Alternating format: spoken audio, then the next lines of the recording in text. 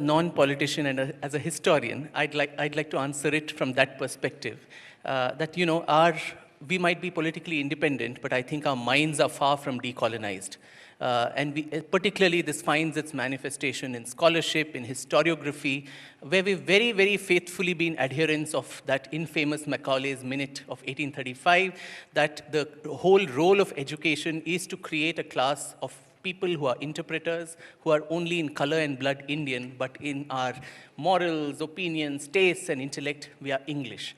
And this manifests, it's probably most germane in the way history is written in India. And I'm not making it political at all. I mean, the first. No, you're welcome to make it political. It is political. Yeah, let's be honest. So the first brush that a young Indian will have with the history of her country is the textbooks. And what does she see there? The story of her country is almost shown in third person as though it belongs to some other nation.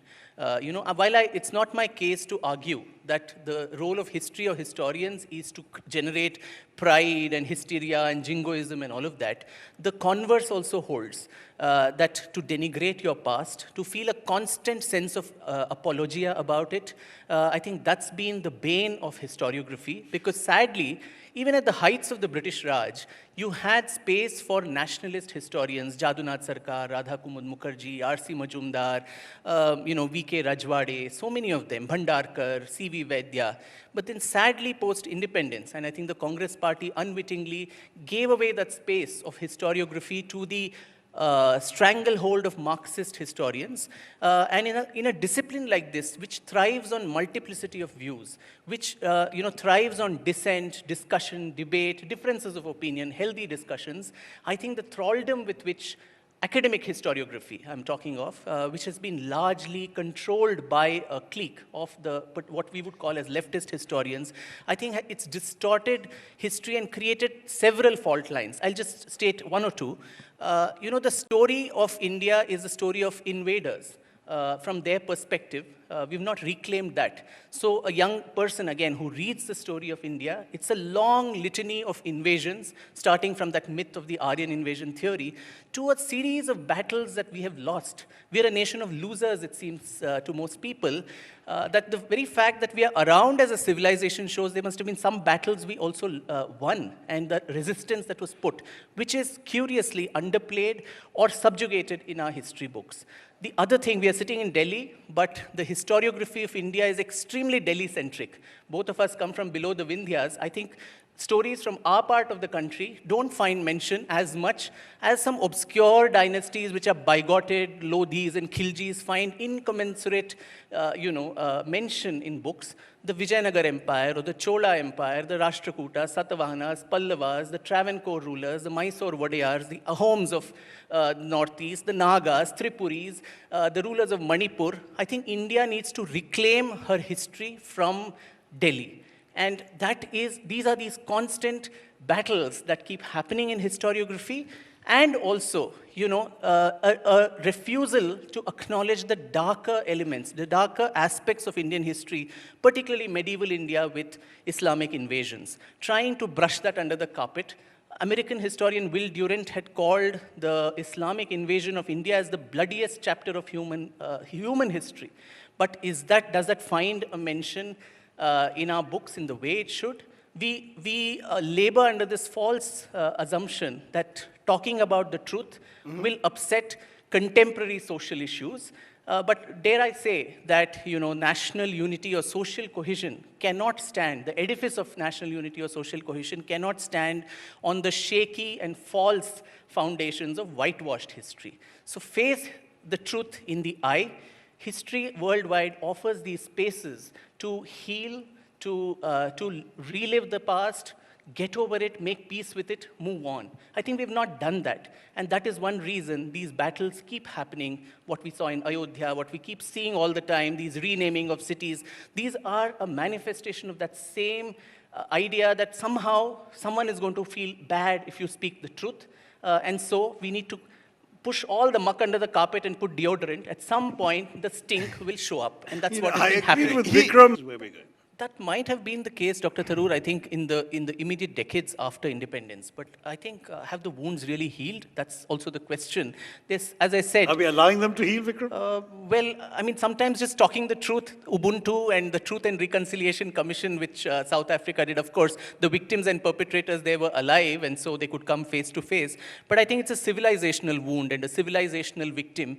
I'll just give one example. I mean, we were the greatest universities in the world, the Oxfords and Princetons of the world in Vikramshila, Takshashila, Nalanda. And when Nalanda was, vandalized, books burned for 1 year, they say. There was so much of manuscripts and books by this bigoted Bakhtiyar Khilji. Today, if you go out of Nalanda, the ruins, the town is Bakhtiyarpur. The station there is Bakhtiyarpur station. In which country of the world will a person who actually desecrated your temple of knowledge be actually valorized? And also, by doing this, I think somewhere we're putting the albatross of these invasions on the neck of a young Indian Muslim man or woman who is not responsible for the invasions of Ghazni, Gori, Aurangzeb, and Tipu Sultan and all these. If, like in the morning, Mr. Arif Muhammad Khan was telling you, Rajdeep, that a Muslim need not represent a Muslim in parliament or assemblies. Similarly, you need not have an icon created for the community who belongs to the same community. You can have anybody else. But even if you want to have, Muslim icons for the community, you have a range of others, from Rahim to Kabir to Raskhan to Sant Shishunal Sharif to APJ Abdul Kalam to Mr. Arif Muhammad Khan. There are so many others. Why would you assume that talking about the atrocities of Aurangzeb or Tipu Sultan or Ghazni is going to make the Indian Muslim feel very, bad about? Just 2 days back, you had Anas Haqqani, who put out a tweet celebrating the fact that, they went to the shrine of the Mazar of Ghazni, Mahmud Ghazni, and also gloated over the fact that he crushed the Somnath idol. So are we not doing, in some way, putting that same seed of, separatism, that we are trying to whitewash these invaders only so that you feel nice and you feel integrated into the society? I don't think that... Is it about whitewash? Yeah, because as I said, I don't belong to any political party, fortunately. You've been positioned at the right of the stage. That's by design, I'm by happy you. to be the centrist. No, but go ahead. But see, there are many facets to a person like Savarkar, who's very, very complicated figure. I've dealt in detail about those so-called petitions, that they were not mercy petitions, that these pension that he was receiving is something that that many other revolutionaries whose degrees was taken away were given by the British. The very fact that the British never trusted him, if he had become a stooge, they would have co-opted him. He was a very useful fellow who was trained in law in London. He would have been a part of the Viceroy's Council. Now, from a 5-year captivity in Ratnagiri after his release from Andamans, every time his petition came up for a review, the British said, we don't trust this man, because he had these underground networks with Bhagat Singh, with Chandrasekhar Azad, with Durga Bhabhi, with Sachindranath Sanyal, Raj Bihari Bose, all of them. So from 5 years, the term actually ended to 13 long years. That itself showed that the British never trusted him, and he was not a stooge as is made out to be. And also his role in the assassination of Gandhiji, time and time again, the courts have honorably exonerated him. And when the highest court, the Supreme Court, exonerates someone, I think for political purposes, it is unfair to keep on putting that albatross on him.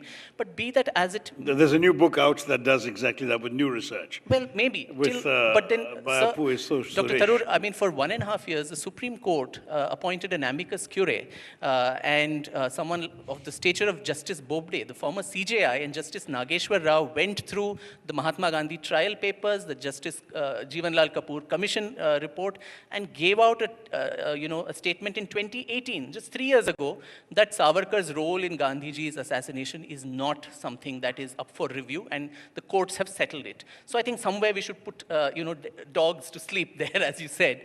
But, the fact, Rajdeep, is have these discussions. Today we are able to have this mainstream discussion on Savarkar.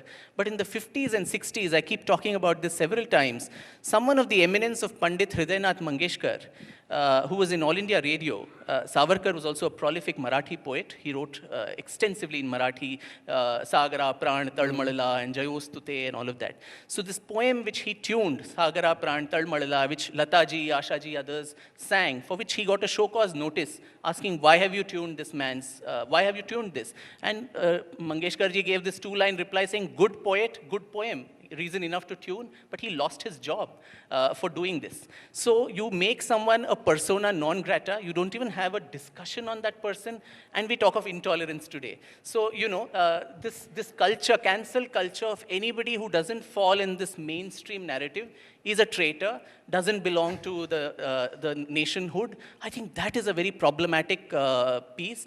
And Bhagat Singh too, Bhagat Singh published Savarkar's book on 1857, the 4th edition. In his jail diaries, the Hindu Pad Padashahi of Savarkar are noted down extensively. He's written eulogizing articles on Savarkar in the Matwala newspaper that Bhagat Singh brought out. So, so this connections between the revolutionaries, I think, is so understudied. That's another fault line in our history, where we have a very simplistic, linear, monochromatic narrative, a Richard Attenborough film of how India won her freedom.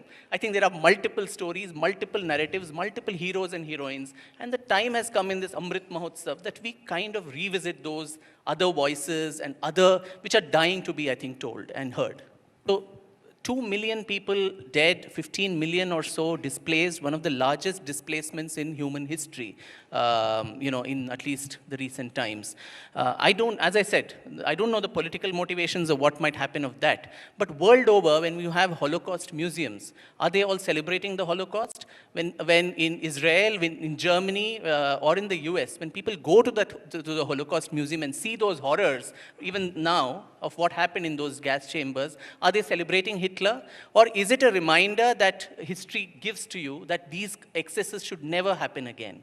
It should never be committed again. So I think... That's a historian speaking, not a politician. I said, luckily, fortunately, I'm not. Dr. Tharoor, you're a politician. From the British. We don't have reparations to take from Muhammad Ghazni. But the least reparation we can do for our national consciousness is to remember this. But you can't remember, you can't remember it by demolishing a mosque and building a temple. I mean, you're again bringing politics to me.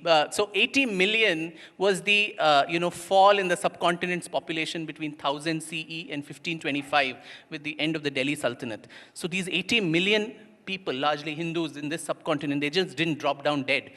Today we still have the Hindu Kush mountains. What is that Hindu Kush? It was a mountain of human skulls, of Hindu slaughter. So these are, and from 40,000 to 60,000 is the numbers spoken of the temples desecrated. Now you also have condescendingly Western historians who come down to us and tell us that Aurangzeb actually protected more temples than he demolished. And so he was a very, very, nice guy and so on.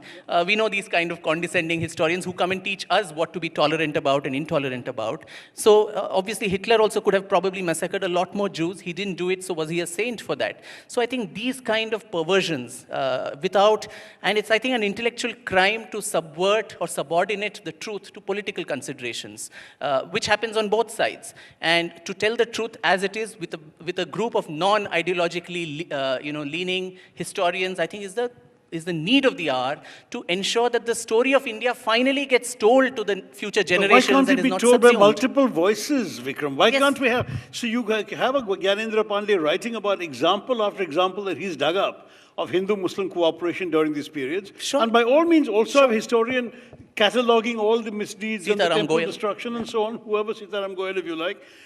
Let them both be there. That's not allowed. No, but at the moment you've got a situation where one point of view is in power and is imposing that point of view in everything from school textbooks in the states where they're ruling, down to the official national, even talking about this Horrors Remembrance Day is a very clear demonization of one community. On social media, I think this government's so-called supporters would actually castigate the government that they're not doing enough to change the textbooks, because in 7 years in power, and you had a former HRD minister who said we take pride in not a single line of the textbook has been changed. So I don't know what... for example, one minute. We now have we have a filmmaker, Mahesh Manjrekar, who wants to make a film on Godse.